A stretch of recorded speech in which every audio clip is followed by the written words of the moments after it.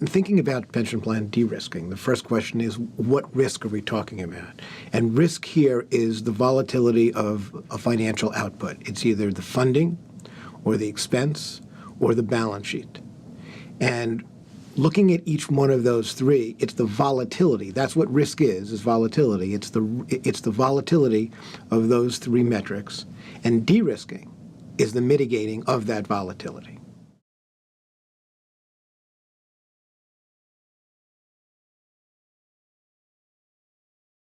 I think that's a good question. And if you look at the actuarial literature, there's always the recognition that a pension plan promise is a long-term promise. And therefore, it shouldn't be affected by day-to-day oscillations of market values, for example. But the accounting profession and the law have said that that's interesting, but there needs to be a reflection of the market values, what they call mark-to-market, and therefore a recognition of the day-to-day oscillations.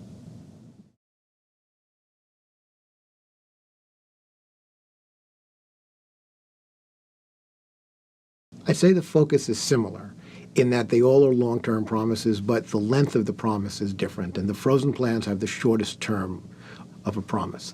And when you think about it, the analogy I use is an airplane.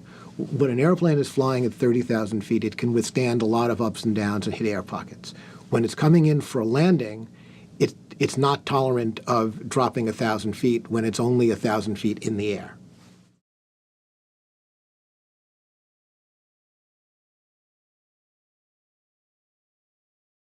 Absolutely not.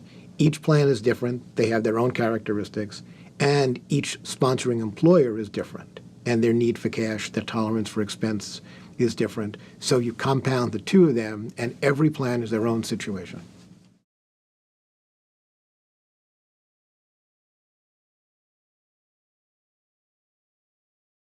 Our approach on de-risking exercises is similar to all our consultative approaches, which is to first understand the problem, to understand the risk profile of the plan in technical terms, and then to evaluate the risk profile. How severe is the risk? How tolerant is the sponsoring organization of the risk?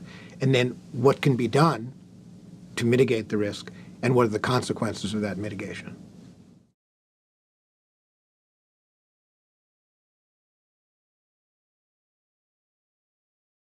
I would check out our website.